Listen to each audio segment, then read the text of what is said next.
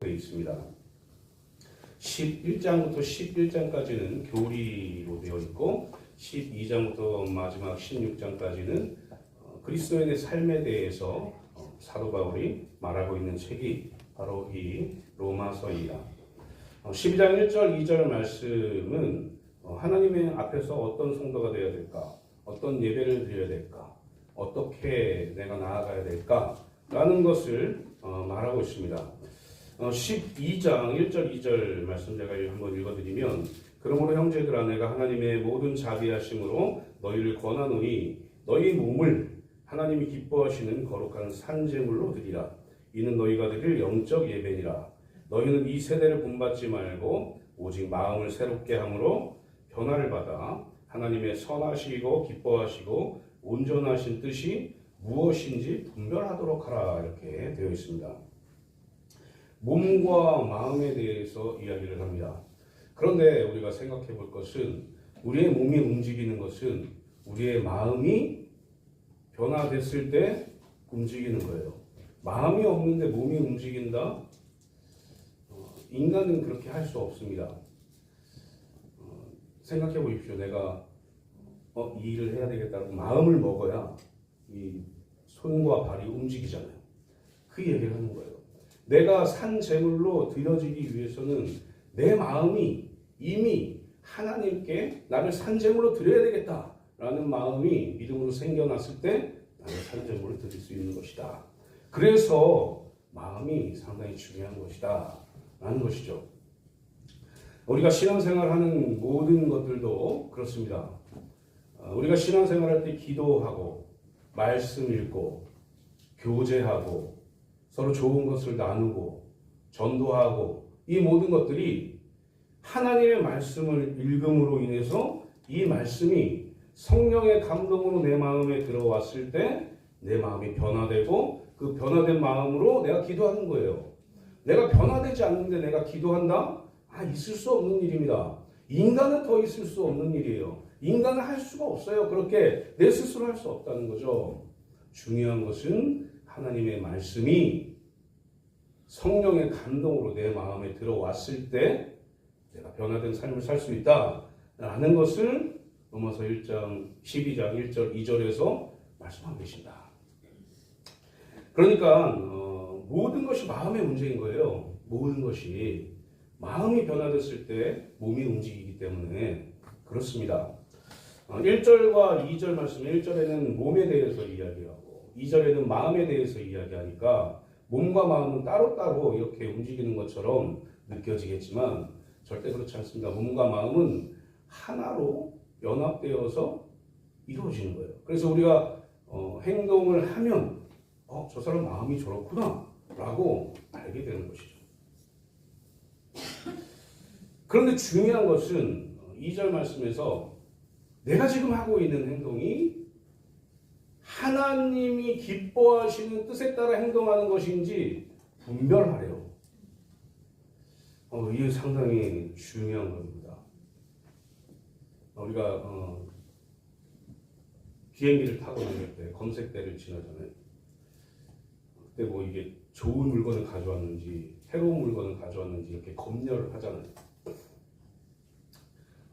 특별히 요즘에 마약 얘기 많이 나오니까 마약을 검열하면은 마약을 가지고 있으면 통과를 못해요. 그죠? 그런데 그것을 이렇게 딱 조사하는 기계가 있잖아요. 무언가가 있을 때 이 사람에게 마약이 있다. 그래서 그것을 체크를 해서 분별을 내는 거예요. 우리 그리스도인들에게 이 분별해내는 기계는 무엇인가? 분명한 것은 하나님의 말씀입니다. 인간은 할 수 없어요. 온전하지 않기 때문에 그렇습니다. 인간이 인간을 판단한다고요? 아니요. 인간이 내 스스로를 판단할 수 있다고요? 못해요. 왜요? 인간은 죄로 가득 차 있기 때문에 그렇습니다. 인간은 온전할 수가 없기 때문에 그래요. 태어날 때부터 온전하지 못하게 태어납니다. 원죄를 가지고 태어나기 때문에. 그래서 자범죄를 짓는 거예요. 죄인이기 때문에. 그렇다고 그게 당연하구나, 난 그건 죄 지어도 되겠구나 이렇게 생각하시면 안 됩니다. 절대 오해고, 그런 자로 온전하지 못하게 태어났기 때문에 우리를 분별할 수 있는 그 검열할 수 있는 기계에 우리를 맡기고 그 기계가 말하는 대로 우리가 분별되도록 살아가는 거죠. 그게 바로 하나님의 말씀이다. 그래서 우리 그리스도인들은 분별된 삶을 살기 위해서는 하나님의 말씀을 알아야 되는 거예요. 그래야 우리가 온전한 신앙생활을 할 수 있다라는 겁니다. 그래서 이재민 목사라는 사람이 자꾸 말씀을 강조하는 거예요. 왜 자꾸 말씀 읽으라고 그러지? 그냥 신앙생활 해도 되는데, 기도하면 되잖아요. 그냥 하면 되는데 그렇게 생각하시면 안 됩니다. 왜요?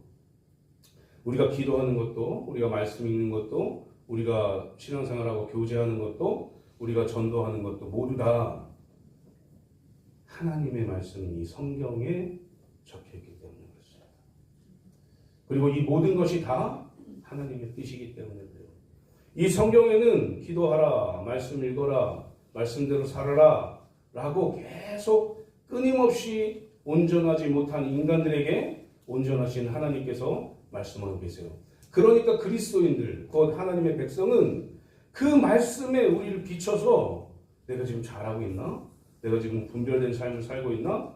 내가 어떻게 살아야 되지? 라고 계속 끊임없이 우리의 마음을 바꿔나가야 된다는 겁니다. 하나님의 선하신 뜻을 우리가 알아야 되는 거죠. 하나님의 선하신 뜻이 무엇인가? 9절 말씀에는 악을 미워하고 선에 속하라 이렇게 되어 있어요. 하나님의 선하신 뜻은 악에서 멀어지는 것이다 라는 결론을 도출할 수밖에 없는 거죠. 21절 말씀에도, 오늘 읽은 21절 말씀에도 악에게 지지 말고 선으로 악을 이기라 이렇게 되어 있습니다. 이것으로 우리가 유추해 볼 수 있는 것은 하나님은 선하시다라는 거예요. 세상은 악하다라는 겁니다. 제가 지금 말씀드린 이 세상은 사단이 지배하고 있는 세상입니다. 세상은 악해요. 악해서 우리가 자꾸 죄짓게 만드는 거예요. 우리 스스로 무언가 분별할 수 없도록 우리 마음을 자꾸 자극하는 거예요. 세상이. 그래서 아무리 우리가 선한 말을 하고 우리 입으로 아무리 얘기를 해도 듣지 않는 세대들인 거예요. 물론 우리의 선조 세대가 우리에게도 똑같은 말씀을 하셨겠죠. 하나님은 지금도 우리에게 말씀하고 계십니다. 선하게 살아라. 악에게 지지 말고 살아라. 아멘. 세상에 지지 말고 내 뜻이 무엇인지를 잘 듣고 분별해서 살아라.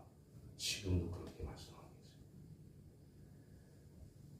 사랑하는 성도님들, 마태복음 5장 48절 말씀에는 뭐라고 되어 있냐면, 그러므로 하늘에 계신 너희 아버지의 온전하심과 같이 너희도 온전하라 이렇게 말씀하고 계십니다.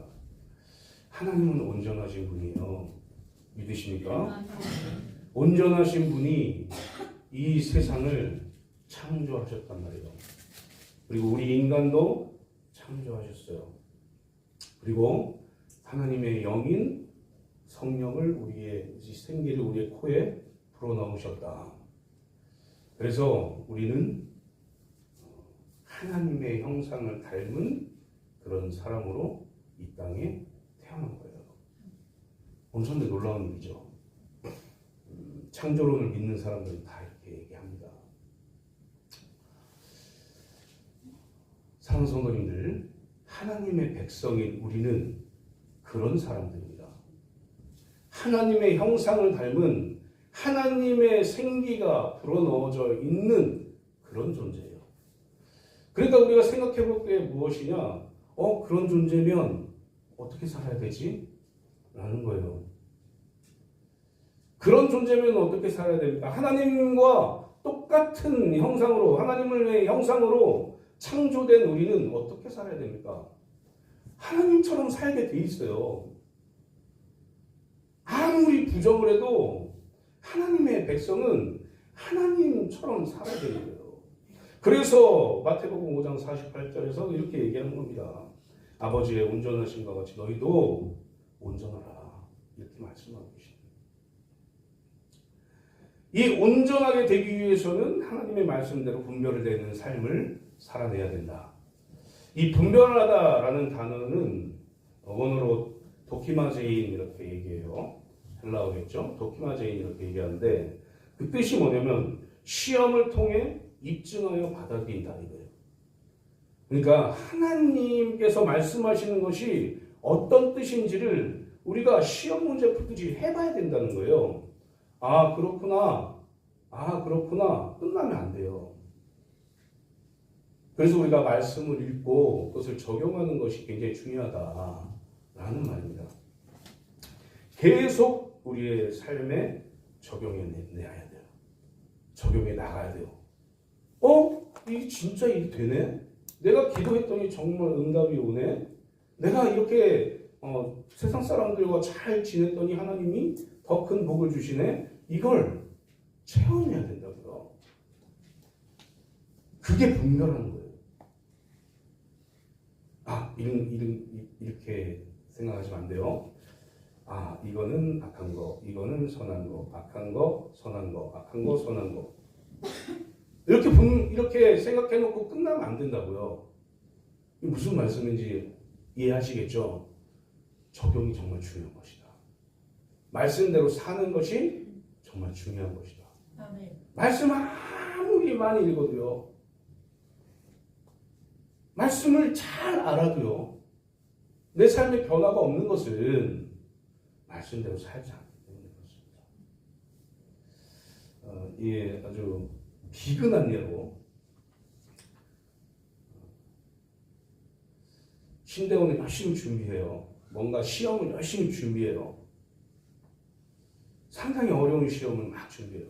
이 노량진 가면은 공무원 시험 보려고 한 10명 가까이를 고시원이나 이런 학원 다니는 사람들이 있습니다. 젊은이들이.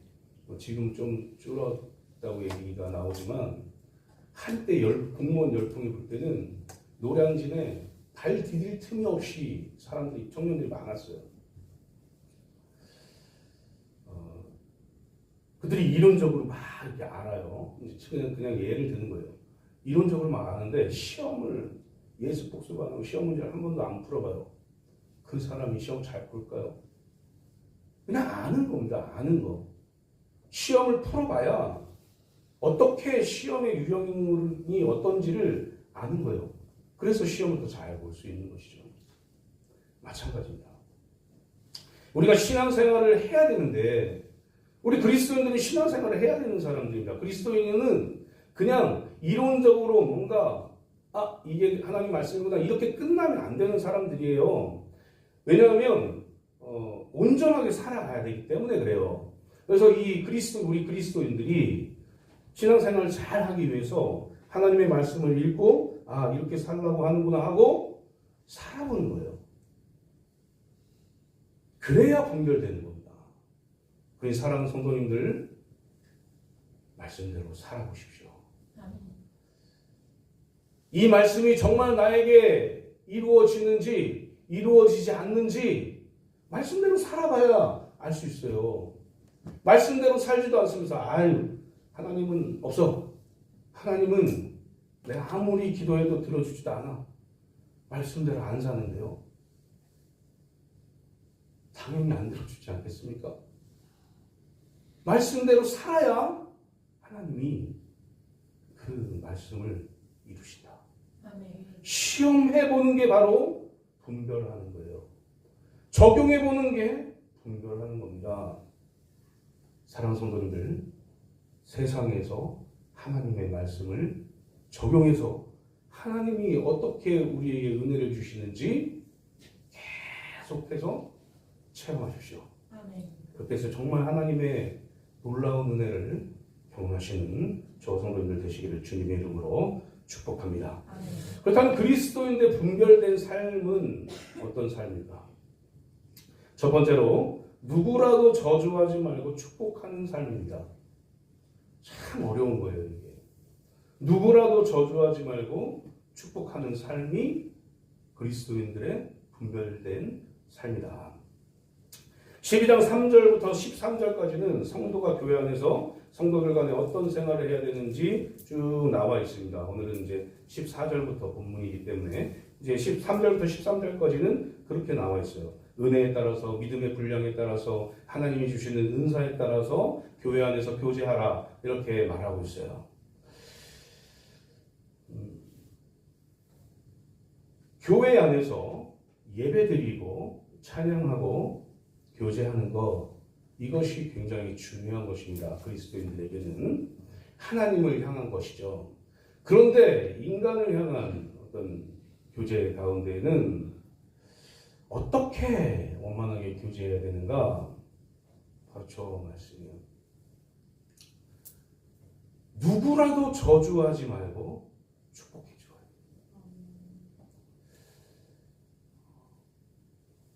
사랑하는 사람들은 좋은 말 잘 해줍니다.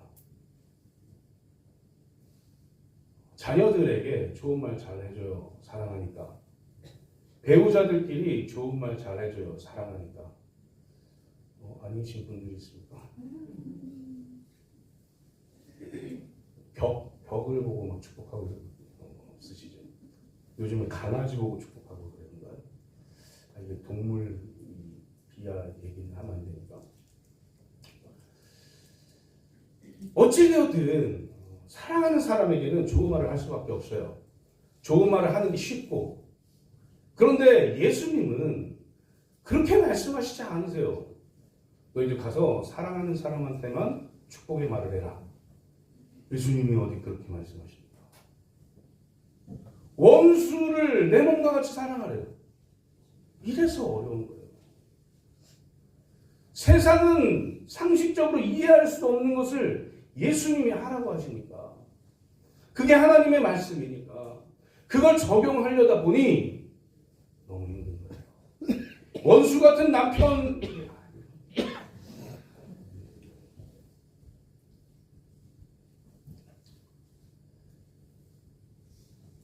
이 근원은요, 이렇게 할 수 있는 근원은, 누구라도 저주하지 말고 축복할 수 있는 이 근원은, 할 수 있는 이 원인은 사랑입니다. 그런데 성경에서 말하는 사랑은 그냥 우리 인간들 사이에서 말하는 사랑과 너무 큰 갭을 가지고 있어요. 하나님의 사랑은요,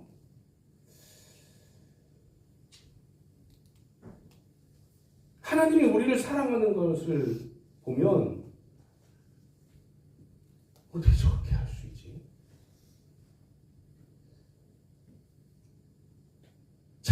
당신을 배신한 건 사실은 당신의 말을 안 들은 거예요. 아담과 하와가 지은 죄가 무엇이냐? 선과 악을 알게 하는 나무 열매 그냥 따먹은 게 아니에요. 그게 죄가 아니라 하나님이 명령하신 명령에 불순종한 게 죄입니다. 다른 거 다 먹어도 된다. 그런데 두 가지만 지켜라. 생명나무의 열매와 선과 악을 알게 하는 나무의 열매만 먹지 마. 우리에게도 지금 그렇게 얘기해요. 이거 하지 마. 나머지는 다 너희들이 다 내가 너희들에게 선물로 준 거야 라고 말씀을 하셨는데, 아담과 하와는 사단에, 그러니까 세상의 속임수의 거짓에 속아서 선과 악을 알게 하는 나무의 열매를 따먹습니다. 이 근원에는 교만이 들어있어요. 하나님을 이기려고 하는 마음이 들어있는 거예요. 그게 죄예요. 사랑하는 성도님들, 하나님이 말씀하십니다. 1절 말씀에 너희를 박해하는 자를 축복하라. 축복하고 저주하지 말라. 이렇게. 이게 하나님의 뜻이에요. 이 사도 바울이 살고 있었던 이 당시에는 엄청난 박해가 있었습니다. 개역 한글에는 핍박이라고 나와 있어요. 엄청난 박해가 있었어요. 누구에게요? 그리스도인들에게요. 이 이스라엘은 유대교의 나라였거든요. 그러니까 자기들의 어떤 신성모독이다. 예수 그리스도 얘기하면 신성모독이다. 예수 그리스도 믿으면 신성모독이다. 이렇게 좀 찍어서 사회생활 못하게 했어요. 돈도 못 벌게 했어요. 심지어는 돌로 쳐서 죽였어요. 예수님 보십시오. 아무 죄가 없으신 분인데 십자가 지셨어요. 당시에 로마의 최고 사형 집행인 십자가형을 당하셨다. 그런데 중요한 것은 사탄이 그렇게 이끌고 갔지만 결국엔 예수님이 사탄에게 승리하는 것입니다. 그 하나님이 그 하나님의 사랑으로 서로를 사랑하려고 우리를 사랑하신 그 사랑을 우리 성도들끼리 교제하면서 보이래요. 그게 사랑입니다. 하나님이 말씀하신 사랑이 그거예요. 사랑 성도님들, 원수를 사랑하실 수 있으십니까? 대답 안 하셔도 됩니다. 대답하는 순간 제가 적기 때문에 사랑하기 위해서 노력해야 돼요. 안 되면 기도해야 돼요.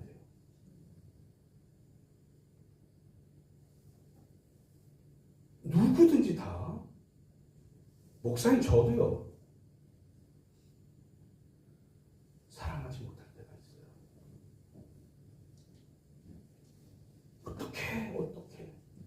어떻게 사랑하냐? 그런데 우리 주님은 자기에게 침뱉는 자들도, 자기를 고난 가운데 빠지게 하는 자들도, 자기를 핍박하고 자기를 박해하는 자들도 사랑하셨어요. 그리고 그들을 위해서 십자가의 길을 걸어가셨어요. 사랑 성도님들, 우리의 삶이 이래야 됩니다. 이런 교제가 우리에게 있어야 돼요. 13절 말씀에는 어느 정도까지 얘기하냐면 소망 중에 즐거워하십시오. 환난 중에 참으십시오. 기도에 항상 힘쓰라고 얘기합니다. 이 기도, 우리 하나님께 드리는 이 기도, 내가 할 수 없기 때문에, 온전하지 않은 내가 원수를 사랑할 수 없기 때문에, 내가 진정한 사랑을 할 수 없기 때문에 그럴 때마다 기도하라는 거예요.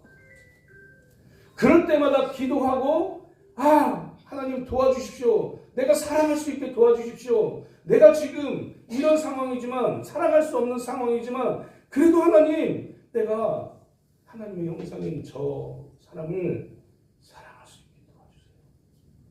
라고 기도해야 되는 거예요. 사랑하는 성도님들, 마태복음 25장 35절에서 36절 말씀 우리가 같이 한번 읽어보겠습니다. 마태복음 25장 35절 36절 시작. 내가 죽일 때에 너희가 먹을 것을 주었고 목마를 때에 마시게 하였고 나그네 되었을 때에 영접하였고 헐벗었을 때에 옷을 입혔고 병들었을 때에 돌보았고 옥에 갇혔을 때에 와서 구하느니라 라고 예수님이 말씀하십니다. 이런 자들이 천국에 가는 거예요. 근데 저게 사랑인데, 저게 정말 긍휼이며 사랑인데,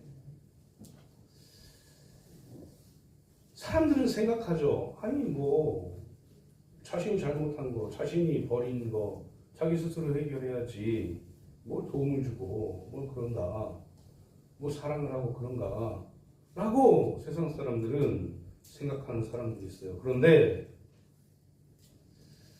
중요한 것은 그리스도인들은 그러면 안 된다는 겁니다. 그리스도인들은 그가 지금 어떤 상황에 처해 있건 간에 그를 긍휼히 여겨야 되는 거예요. 그가 지금 목마르면 먹을 물을 줘야 돼요. 그가 지금 배가 고프면 줄이면 밥을 줘야 되는 거예요. 그게 바로 그리스도입니다. 그가 지금 어려움에 처해 있는데 어려움에 처해 있구나 하고 모른 척하고 지나가는 레위인 제사장, 그게 그리스도인이 아니에요.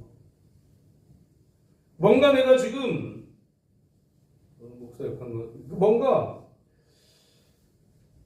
거룩한 척 말씀 전하고 거룩한 척 이렇게 하는 게 그리스도인이 아니라고요.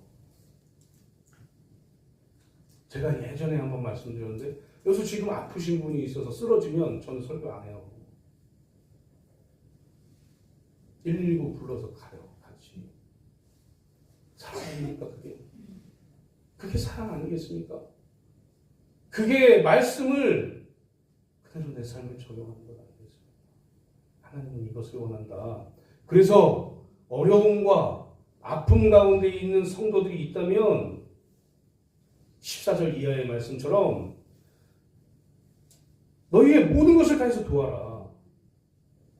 너희가 할 수 있는 것을 다해서 도와라. 그게 구제예요.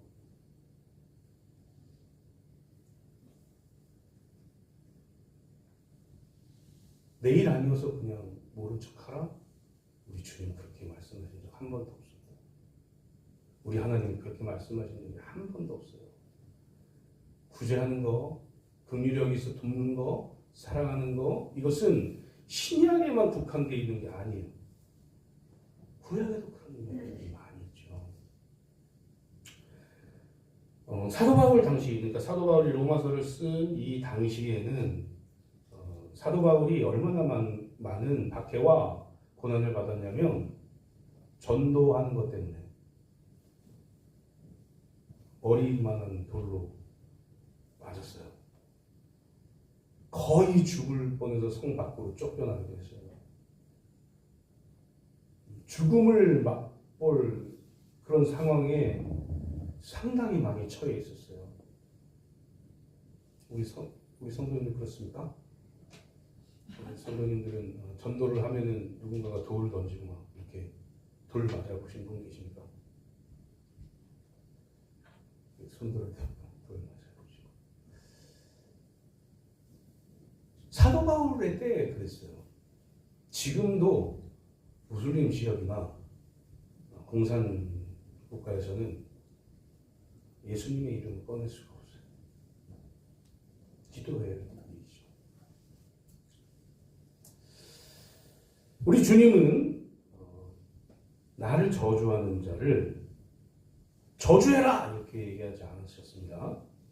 마태복음 5장 44절 말씀 보니까 나는 너희에게 이르노니 너희 원수를 사랑하며 너희를 박해하는 자를 위하여 기도하라 이렇게 말씀하십니다. 기도하셔야 돼요. 사랑하는 성도님들, 원수가 있습니까? 너무 나를 힘들게 하는 사람들이 있습니까? 내가 언젠간 저 인간을 이렇게 하십니까? 우리 주님은 기도하여요. 기도하십시오. 나를 힘들게 하는 사람이 있으면 기도하는 겁니다. 누가복음 6장 28절 말씀에도 또 뭐라고 말씀하십니까? 너희를 저주하는 자를 위하여 축복하며 너희를 모욕하는 자를 위하여 기도하래요. 이게 사도 바울이 이야기한 것만이 아닙니다. 우리 주님도 이야기하셨어요. 그런데 레위기 19장 18절에는 또 뭐라고 하나님 말씀하시냐면 원수를 갚지 말고 동포를 원망하지 말고 내 이웃 사랑하기를 내 자신과 같이 사랑하라. 나는 여호와이니라. 신약에만 있는 겁니까? 구약에서도 하나님 말씀하십니다. 하나님과 예수님만 말씀하신 겁니까? 사도 바울이 이야기한 거예요.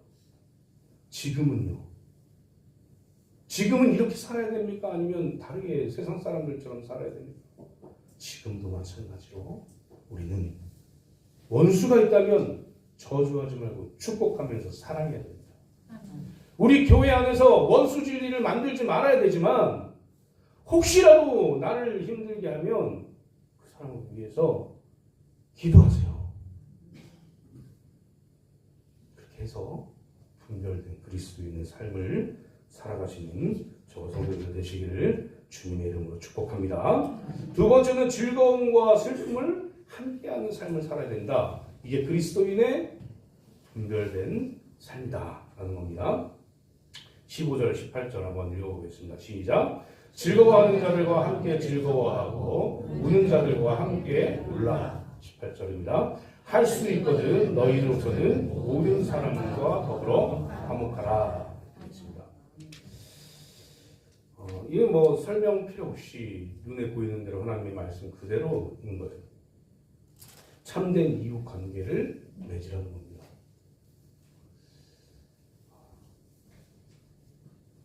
기쁜 일이 있으면 기쁨을 나눠야 돼요. 오늘은 기쁨을 나눌 일이 하나 있긴 해요. 식사하면서 나누죠. 혹시나 우리 성도님들 가운데 슬픔에 빠져 있는 사람이 있으면 모른 척 해야 되겠습니까? 좀 슬프네. 슬프세요. 혼자서 눈물을 흘려야 다 후련해집니다. 이렇게 합니까? 같이 슬픔을 나눠야 돼요. 그게 그리스도예요. 말씀에 나와 있는 대로. 그리고 중요한 것은 18절 말씀대로 할 수 있거든. 너희로서는 모든 사람과 더불어 화목하는 거예요. 슬픔과 기쁨을 같이 나누는 것이 화목입니다. 우리가 가족들이 화목한 가정 이러면 그냥 기쁨만 있는 것 같잖아요. 그런데 그 화목한 가정 안에는 슬픔을 서로 나눠요. 내가 이런 일을 오늘 당했어. 어떡하지? 그리고 그걸 해결하려고 합니다. 이게 화목이에요. 우리가 하나님과의 관계에서 화목과 화평이 깨졌습니다. 죄로 인해서. 그걸 회복할 수 있는 방법은 우리가 회개하는 것이죠.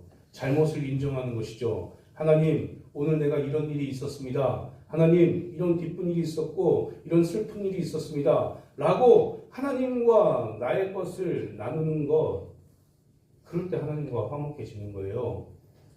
하나님 다 아십니다, 우리를. 그런데 우리가 고백하지 않아요. 하나님은 우리가 죄 지은 거 다 알아요. 그런데 우리가 고백하지 않아요. 화목하지 않은 거예요. 사람과의 관계에서도 그렇습니다. 기쁨과 슬픔을 나누지 않는 사람은 별로 얘기하고 싶지 않은 사람인 거잖아요. 사회생활하면 그렇지 않습니까? 사회생활하면서 별로 나한테 중요하지 않은 것 같은 사람은 내 얘기 안 해요. 그런데 중요한 것은 그리스도인들 그렇게 살면 안 된다. 이 교회 안에 있는 성도들이 교제하는 것 가운데에는 화목하게 되기 위해서 나의 기쁨도 나의 슬픔도 나눠야 된다. 근데 더 중요한 것은 무엇인지 아십니까? 말하는 것보다 더 중요한 것은 그것을 듣는 사람. 그 얘기를 들으면 그래서요. 질투나 이렇게 표현합니까 우리가? 그리스도인들이? 아니에요. 내일처럼 기뻐하는 거예요. 더 오버해서 기뻐하는 거예요. 진짜 잘했다. 이렇게 하면서 연습 한번 해볼까요? 네. 슬픈 걸 들어요. 그럼 어떻게 해야 돼요, 그리스도? 우리 성도들끼리 어떻게 해야 돼요? 우리 너 혼자 슬퍼라. 이렇게 해야 됩니까? 그 집에 가서 남편한테 얘기해서 이렇게 해요? 아니, 제가 제 예는 아주 비근한 예죠. 서로 슬픔을 나눠야 돼요. 그런 일이 있으면 기도하겠다고. 그 자리에서 기도하고, 같이 기도하고, 같이 손 붙잡고 기도하고. 이게 그리스도인의 분별된 삶이다. 라는 사실입니다. 사랑하는 성도님들, 희노애락을 나눌 수 있어야 돼요. 그리고 듣는 사람은 그래, 그 기쁨, 그 슬픔 내가 듣고 함께 기도할게. 함께 우리 나누자. 내가 옆에 있잖아. 라는 걸 보여야 됩니다. 그래야 우리가 한 가족이 되지 않겠습니까? 그래야 우리 양양중앙교회 모든 성도들이 하나로 뭉치지 않겠습니까?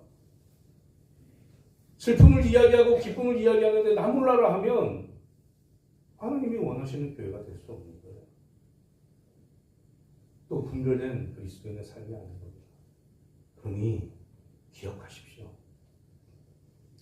누군가가 기쁨이 있고 누군가가 슬픔이 있으면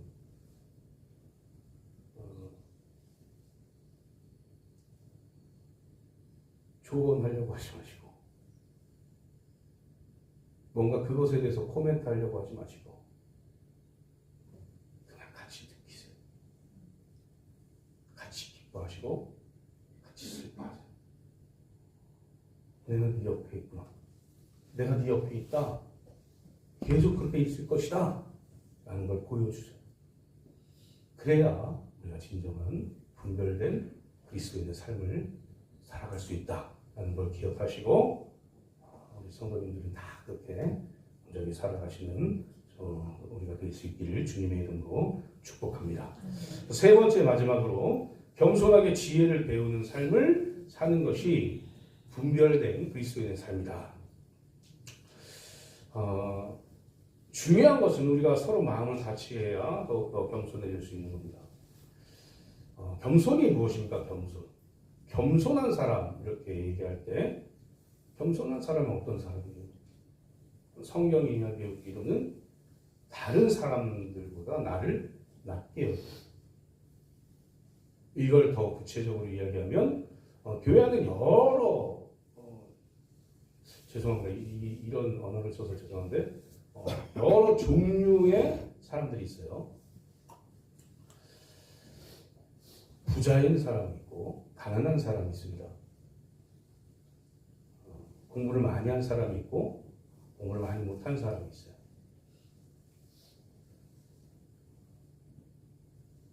속을 다 들여다보지 못하지만 가정이 평안한 사람이 있고 그렇지 못한 사람이 있다. 모든 가족들이 다 예수 그리스도를 믿는 사람이 있는가 하면 혼자 교회를 다니는 사람들이 있다.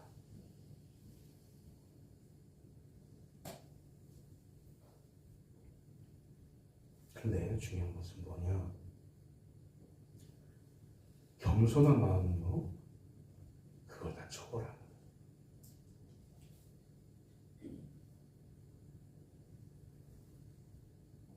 하나가 되어야 된다는 얘기입니다. 우리가 겸손하면요, 나를 드러내지 않으면요, 교회는 평안할 수밖에 없어요. 나를 드러내려고 하는 그 순간 사탄이 좀 더 해. 잘한다. 조금만 더 해봐. 조금만 더 하면 너희 교회 파괴될 거야. 조금만 더 해. 이렇게 얘기해요.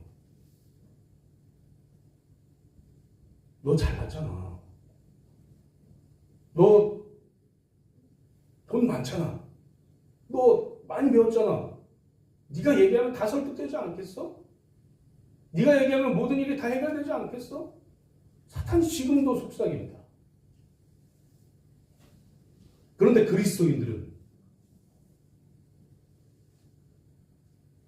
자기를 낮게 낮춰야 돼요.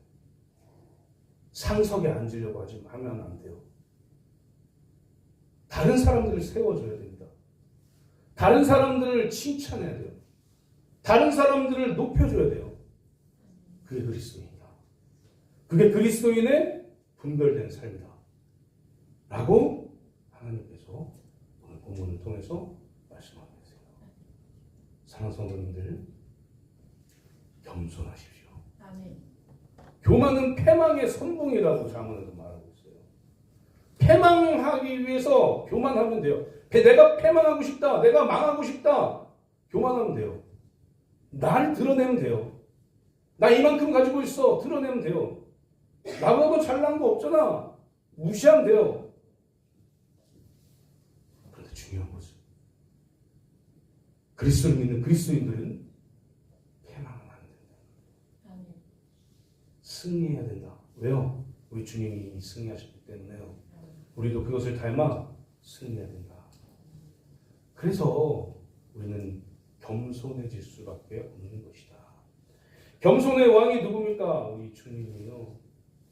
하늘에서 그 영광을 다 버리고 이 땅까지 나를 버리고 내려오신 분이 우리 주님이시죠. 근데 그 주님을 믿는 우리 그리스도인들이 교만해져요? 하늘로 올라가려고요? 그러니까 바벨탑이 무너지는 거 아닙니까? 하나님까지 올라가려고 그렇게 열심히 노력하니까 무너지는 거예요. 사랑하는 성도님들, 우리 성도님들 가운데 사이에서는 겸손만 있기를 소망합니다. 그래서 승리의 삶을 살아가시기를 소망해요. 우리가 잘난 게 있어도 내려놔야 돼요.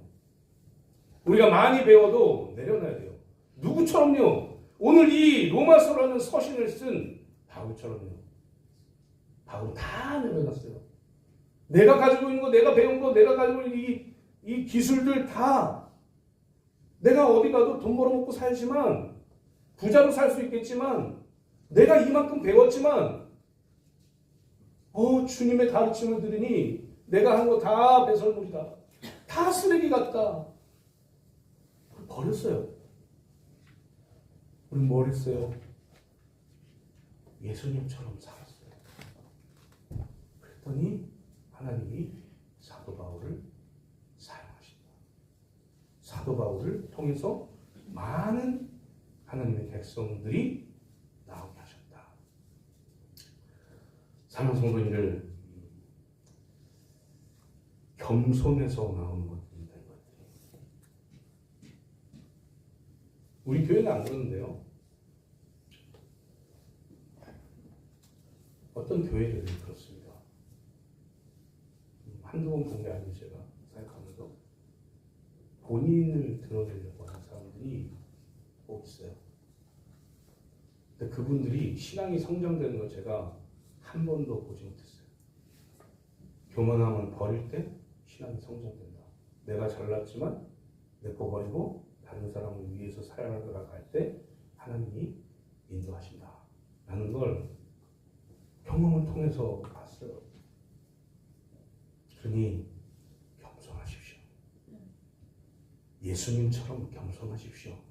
그러면 하나님이 더 큰 영광을 주실 거예요. 그것을 기대하면서 오늘도 온전한 분별된 그리스도인으로 살아가시는 저와 성도님들 되시기를 주님의 이름으로 축복합니다. 이제 말씀 맺도록 하겠습니다. 사랑하는 성도님들, 그리스도인이 무엇입니까? 그리스도인이다 라는 것은 성령의 감동을 통해서 우리가 예수 그리스도의 십자가와 부활이 믿어지게 되는 사람을 그리스도인 이렇게 얘기하죠. 그럼 그리스도인들은 어떻게 살아야 되는가? 우리가 믿는 분 누굽니까? 예수 그리스도입니다. 그렇다면 그리스도인들도 예수 그리스도처럼 살아가기 위해서 힘써야 된다. 이게 바로 하나님의 말씀을 살아내는 것이다. 라는 사실 기억하십시오. 그리스도인이 그거예요. 그런 거예요. 난 그리스도인 구원받은 사람 끝! 그러면 그리스도인의 삶을 살 수 없다. 그렇다면 그리스도인의 분별된 삶은 어떤 것인가? 우리가 오늘 본대로 보면 누구라도 저주하지 말고 축복하는 삶, 즐거움과 슬픔을 함께 나누는 교제를 하는 삶, 겸손하게 지혜를 배워서 다른 사람들을 높여주는 삶을 살아가는 것이 바로 그리스도인의 분별된 삶이다. 오늘 당장 집에 가셔가지고 남편을 위해서, 자녀를 위해서 이렇게 한번 해주세요. 그리고 우리가 살아가는 삶 가운데서도 이렇게 한번 적용해 주세요. 특히 이곳에 모여있는 우리 성도님들 사이에서 그것을 적용하십시오. 그러면 하나님께서 분별된 삶을 사는구나, 내가 말한 대로 사는구나, 그러면 내가 너에게 더 큰 복을 주고 더 큰 은혜를 줄게 라고 우리에게 풍성하게 부어주실 것입니다. 그것을 기대하면서 오늘도 살아가시는 저 성도님들 되시기를 주님의 이름으로 축복합니다. 이 시간에 우리 말씀 생각하면서 기도하겠습니다.